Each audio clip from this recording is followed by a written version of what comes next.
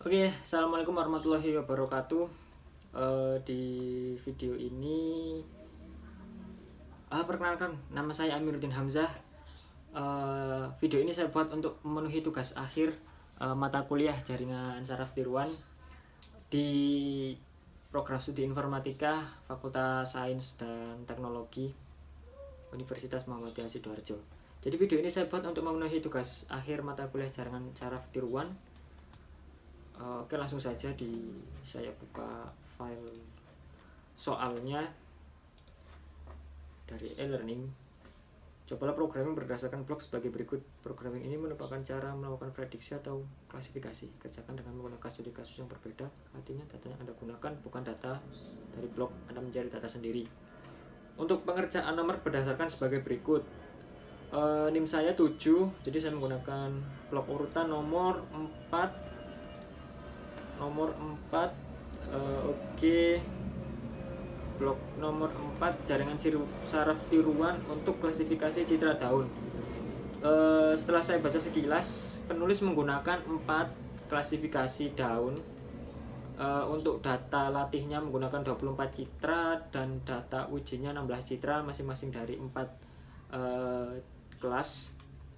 Kemudian untuk layar pelatihannya ada 8, membaca citra latih, kemudian segmentasi citra dengan thresholding pada kanal merah, jadi diubah menjadi grayscale dahulu, kemudian diubah menjadi citra hitam putih, kemudian operasi morfologi untuk merapikan pixel, kemudian ekstraksi fitur, kemudian menetapkan target latih, angka 1 sampai 4 untuk masing-masing label, kemudian dibangun arsitekturnya. Setelah itu dilatih dan dihitung akurasinya. Ada 3 step di tulisan ini. Yang pertama membangun model, kemudian menguji model, kemudian yang ketiga menguji model dengan data sampel. Di sini ya dengan data sampel. Di sini ada langkah pembuatan GUI. Pembuatan GUI ini tidak kita buat ya, karena memang dari penulisnya tidak menyediakan source code figurnya, tetapi fungsinya saja kita ambil. Fungsinya untuk tes data sampel. Nah, ini fungsi ini yang akan kita ambil. Nah, untuk data yang akan saya gunakan, saya akan melakukan klasifikasi pakaian. Ada 4 pakaian dan jumlah data latihnya juga sama. Yang pertama ada 24 data latih yang terdiri dari 4 klasifikasi, yaitu celana, kaos, ikat pinggang, dan sepatu. 24 data latih, data citra, kemudian data ujinya ada 4 klasifikasi juga dengan 4 citra, masing-masing 4 citra. Untuk data ujinya data latihnya ada 6 citra untuk masing-masing 4 kelas, seperti itu. Kemudian nah, ini saya menggunakan dataset dari Kaggle. Sebenarnya dari Fashion MNIST ini, tapi ini terlalu besar, jadi saya menggunakan versi kecilnya 565 MB, dan kemudian saya pilah lagi data yang kualitasnya bagus. Kemudian untuk step yang pertama, langsung saja source code ini saya copy paste. Tapi ada parameter yang saya sesuaikan karena memang profil citra yang digunakan cukup berbeda. Di sini penulis menggunakan citra yang dengan latar belakang merah muda dan resolusinya cukup baik. Saya menggunakan citra dengan resolusi kecil. Ini resolusinya berapa ini? 60x80 dan latar belakang putih. Jadi ada beberapa parameter yang saya sesuaikan, seperti foldernya, kemudian bobot AM binarisnya, sterilnya, kemudian BW operasi morfologinya juga. Karena di sini ada 3 step, saya sudah membuat 3 file Yang pertama untuk membuat model, kemudian untuk menguji model, kemudian untuk menguji model sama tapi dengan satu data sampel data latih. Oke, langsung saja kita buat kita bangun modelnya. Ya, kita bangun modelnya, langsung kita run. Oke, kita dapat akurasi 95%, cukup baik. Pertama kali membangun dapat akurasi 95%, cukup baik. Karena artinya model ini mengenali hampir semua citra uji. Jadi semua citra uji hampir dikenali dengan baik oleh model ini. Kemudian di penulis sendiri setiap step itu di tes modelnya. Nah, untuk step yang pertama ini penulis menguji model dengan data latihnya sendiri, tetapi step ini akan kita lakukan di akhir langsung dengan data sampel, dengan file ketiga ini. Kemudian ini modelnya net.mat ini. Nah, untuk file yang kedua atau step kedua yang ditulis oleh penulis ini, bedanya dengan step yang pertama adalah step yang kedua ini penulis memuat model, bukan memuat model yang telah dibuat dengan data latih. Jadi data latih diuji cobakan dengan model, berapa akurasi yang didapat. Oke, bagus, akurasinya 87,5.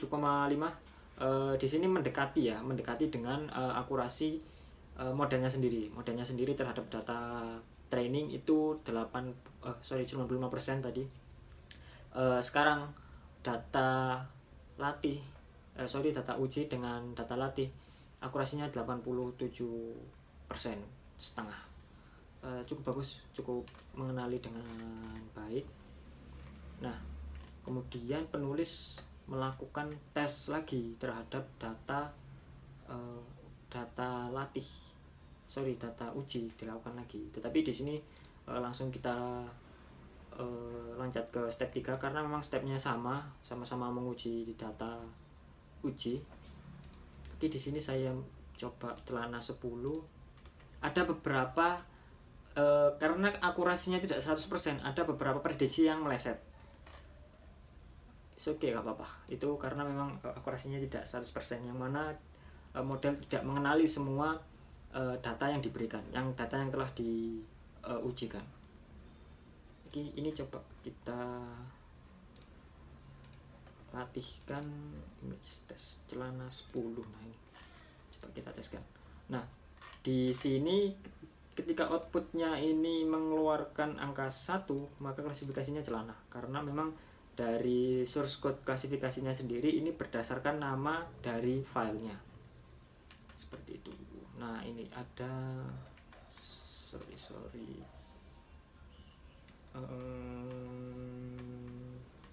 nah, ini ya klasifikasinya di sini 1 2 3 4. Di sini target 1 sampai 6 itu masuk klasifikasi 1. Target